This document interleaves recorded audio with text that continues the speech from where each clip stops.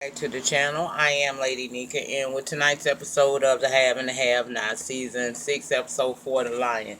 Now, we started this episode off with everybody back in Candace's room. It's Candice, Benny, um, Hanna, and the guy that Hanna was going. Candace was going to trick off with that night. You know, the one she had met at the bar. And if you remember last week, Hanna ended it all with saying that Candace couldn't sleep with that man because that was her dad. So we pick back up there, and Benny asking Hanna, what is she saying? Hanna basically was saying that any man that Candace don't know could possibly be her father because, see, she don't know who Candace's father is. So Candace said, well, so you was a hoe. And Hanna said, girl, first of all, I know you're hurting, but what you ain't gonna do is disrespect me. And she said, no, I never sold my motherfucking body. You know what I'm saying? I ain't never went to that level with it. So Candace is like, well, just because you didn't get no money from it don't mean that you wasn't one. Benny telling Candace at this point it's time, he been patient with her, but and he understands that she been grieving, but it's time for her to come on and go home with him and his mama, with their mom, so that they can try to work things out as a family. And Candace wasn't trying to hear that, so he goes to physically try to make her leave this place, which is the artesian, and she is arguing with him and of course physically fighting back with him. Hanna makes them stop fighting, and Candace said that they ruined her night, and Hanna asked her, bringing you something from your baby ruins your night? Hanna asked Candace, does it hurt her to not know who her dad is, because it seemed like it bothered her? And Candace says yes. So Hanna said, I'll tell you who your father was. He was a rapist. Hanna said, I was a kid. I used to hang out with my friends down to the club. We was drinking, having a good time one night, and we all decided after the club about 3 a.m. we walked home. On this walk home, my friend stayed a little couple of blocks away from where I live with my auntie. So when we got to their houses, they went on about their business, and I know I only stay 2 blocks away, so I decided I'm going to go on and go on to the house. So as I was on my way to the house, you understand, I could even see my auntie's house in my vision, but I was walking and I noticed that there was a man in the street, and when I walked past him, he asked me how I was doing, and I said I was doing fine, but he made me scared. He made me real scared to the point where, I felt like I needed to walk a little faster, but it just seemed like my feet wasn't going to cooperate with what my brain was saying. But I did eventually work my way to getting to my aunt's house, and I looked back, and each time I looked back he was still there, except for the last time when I made it to my aunt's porch.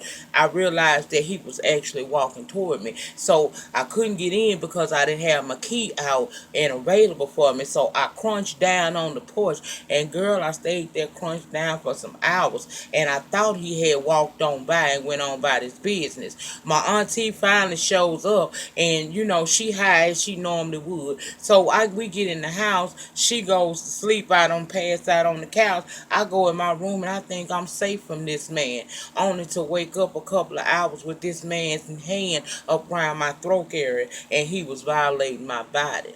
He told me I better not say nothing. So all I could do was just lay there and let him violate my body. She said after that happened, I was in a slump. I wasn't going to tell nobody what had happened to me, but I was in a slump. Till one day my aunt came to me and she asked me, what's wrong with you? And I told her. And it just triggered something in my aunt that, before I know it, she done went down to the church and got saved and got me going too. And I get saved. And for me, this is my opportunity to finally feel somewhat better. I felt like I was going to be okay at that point. Even though I ain't talked to nobody about it, I ain't really discussed it. I feel like now that I got God in my life, I can move forward and be a better person, until I realized I was pregnant. At this time, I realized I was pregnant. My first idea was I wanted to have an abortion because nobody wants a rape baby. But my auntie told me no. She said, see, you going to keep this baby because I'm saved. And if you want to stay in this house, you ain't going to be giving away no babies or aborting no babies. So I was forced to deal with you.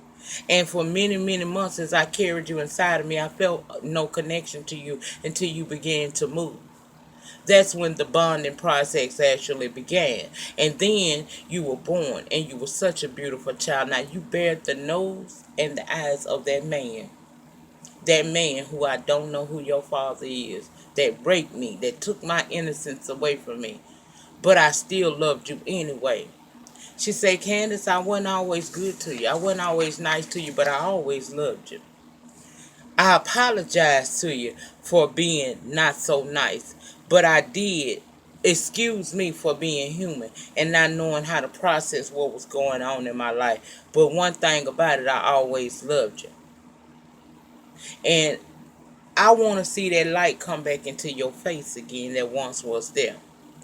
She told Hanna that she was raped. She said, when you told me you was raped, that did something to me. And I saw that light drain out of your eyes. And I've been waiting on that to come back to you again. She said, I went to God when you told me you was raped. And I got my strength back. And she said, I love you, Candace. I always have, both then and now. I just hope I live to see when that light returns back to your eyes. And you were thinking this moment because Benny back here crying. Hell, I was about to cry. You would have, and Candace was crying. But see, Candace is so angry. She's so angry with her mother.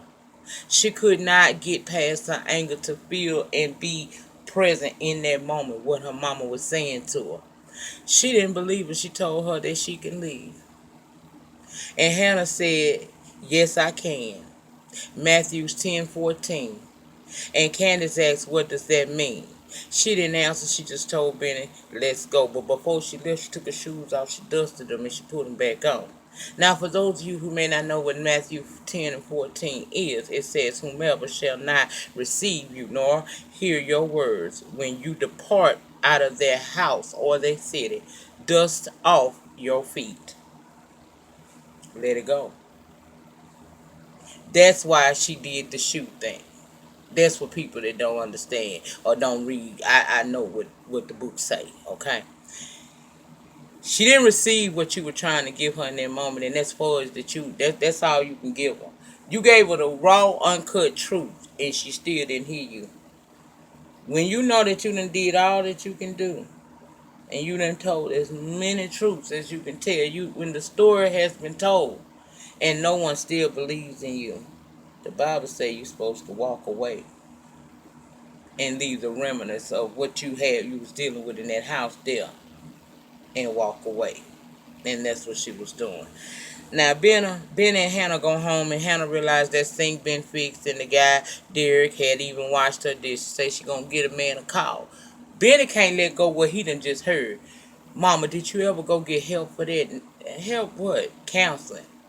Who gonna pay for it? Mama, you ever thought about getting counseling? For what, Benny? I went to God. Yeah, but Mom, there's still some pain there. I just wonder if I was able to get you some counseling, would you go to it? She said, I don't want you spending your money like that on me. He said, Mom, I'm about to go back to work. I'm about to get with Mitch and we're going to get back to work, and how we're going to fund it is through a friend of Mitch that needs some help. So we're gonna do a barter system type of trade. But if I can get you some counseling, would you be willing to go and talk to somebody to try to break up some of that fallow ground that still lives within you? And she said she would. So he go on upstairs to his room to do whatever it is he do. And Hanna called Derek. She thanked him for fixing the sink and for washing her dishes, and she was offering to pay, but he said that's included in the warranty that I fixed the place. He said, but what you can do is you can have coffee with me. Remember, Hanna ain't nowhere near trying to be ready to deal with a man or receive a man, because all she can remember in the book of her mind is what that man did to her when she was walking home young, innocent, from down to the club with her friends, and he took something that he could never give back to her. So even though this good dude, from what seems to be a good dude, Derek, wants to take her out on just a simple coffee date, she can't fathom that, and she turned him down. And he left her with, if you got my number, if you ever change your mind, feel free to hit me up. She said, I ain't gonna change my mind, but thank you anyway. So when he hangs up, come to find out, Catherine had been eavesdropping. She was ear hustling the whole time. She want to know, you want me to call and try to get her to say yes? He don't want you to do it like that. If she want to go out with me, we going to do this organically. It's going to happen authentically. We not going to pull no pranks or none of that. He said she didn't even sound like she was happy right then. So Catherine says, well, maybe I need to call. No, if you call, that's definitely going to give her a cue that maybe you know that I was just talking to her. So just leave it alone. And she says she going to do it for now. Girl, you really trying to kill. I had to look at Hanna differently. Hanna got a lot of guilt too. She appreciate what Hanna has done for her, but at the same time, remember it was Hannah's son that almost died because of Catherine and Jim's son. So maybe that's why they trying to be so nice to her. And I still think that Hanna needs to receive the blessings that this woman's trying to give her. But I can understand her hesitation from wanting just to accept too much from her, because at the end of the day, you did almost cover up my child being killed by yours. So they let me know you ain't as, square up like you say you is. You ain't who you say you is, honey. So, child, Candice got this chick. I didn't catch the chick name, and I may be missing a scene or two. But there's this chick. Apparently, this chick is a part of this here, or she been hooking at the artesian. We know that they running a prostitution ring out of the artesian. And Candace then got hold of this girl and then told this girl, I decided that I ain't hooking no more, I'm pimping. And I'm going to make sure that you straight. Now, first thing we need to do is you run around here using your real name. Girl, we're not going to use real names. And I'm going to be able to help you get your coins up, okay? First thing we're going to do is we're going to get you on the phone with Erica, and she going to get you some clothes, because that dollar store dress you got on just ain't cool. Oh, girl was bucking. And I ain't no prostitute. You got me all wrong. Went to talk about walking out and everything. Candace then yoked her up and slapped her a couple of 2-3 times, and then made her finally admit, yeah, I am a prostitute. But she a prostitute, a new one. So Candace say, what I'm going to do is, because see, you stepping on several different pimps' turf by trying to sell your box here. I'm going to protect you as your pimp. But we're going to make good money together. She had old girl unlock her phone. A girl didn't want to unlock that phone at first. Candace, why, don't make me do your girl. Backer. So she unlocks her phone. And when she unlocked her phone, she put her number under Candy Cane in this girl's phone. You always answer that number. And she texts herself from the girl phone so she'll have the number. And she told her I'd be in touch with you. But I'm going to let you know, Tuesday night and some other night going to be your night, but you got to speak with whoever that is down at the bar. So, child, I guess they are part of this prostitution ring Broderick and them got going down at the Artesian, and Candace has stepped out of the role of being a whore. She's now going to be the madame and get her some girls on the thing. So I said, girl, Lord have mercy. Child, this Wyatt calling Jeffrey and Justin being upset about it is crazy to me. Okay? I don't even talk about Wyatt that much because I told y'all he can go back to sleep. Now, Jeffrey telling Wyatt to hang up. He don't want to do it because he like arguing and taunting Justin. Just don't realize how crazy Justin is. Justin think Wyatt and Jeffrey are lovers because of all the missed calls in Jeffrey's phone from Wyatt. Then he in Wyatt's emails, reading emails and want to know, be real with me, tell me what is it that's going on between y'all, because I believe y'all messing around. And I done invested too much into all of this. You got me around here looking for an apartment for us. And just Jeffrey like, wait a minute, bro. Wait a minute, bro. I'm in jail. Justin say, not for long. But I need to know, is you 100 with me? And basically, Jeffrey don't want to deal with him. He don't, because Justin is all the way out there now. He done forgot he married to the judge and got some children. He just done totally changed his life around, trying to be with this boy that don't even want to really be with him. And it gets to the point where Jeffrey like, just take me back to my cell. So he tell him no. He said, well, I go to the door and I make noise and get back to myself. So he go over there to do that, and of course you see him begin to bang on the door, and Justin quickly grabs him and put him in some type of hole, trying to control him. Child, this is crazy. This is really, really crazy. Now next week Melissa gonna be trying to try Benny, and don't look like she got no baby bump yet. Cause see, Veronica gonna send him to get some stuff for her at her house, and Melissa gonna take the opportunity to try to see if her next move could be her best move and get with Jeffrey. You got Jim going to blackmail the assistant DA because he got mess on her, and obviously they used to mess around as well. David gonna catch Justin manhandling Jeffrey, which gonna bring open some questions. Erica gonna have to deal with Candace and the new chick because she gonna have to get her hooked up per Candace request, or Candace gonna hurt everybody. Child, and I'm not buying this, but they gonna make it look like Veronica in love with Jeffrey. Like I said, I didn't watch the whole thing, y'all. I was in and out. I was sleeping, but that's pretty much what went on. If I left anything out you feel like you want to talk about, put it down in the comment section and the conversation will continue there. But child, I'm tired. It's late and I need to go to bed. But I figured since I was still up waiting on that Queen's Court to upload, I might as well go on and do all my reviews so I'll be caught up. So tomorrow, all I have to do is Black Ink Crew and If Loving You Is Wrong. Again, if anything I left out you want to talk about it, y'all know we talk it up down in the panic section.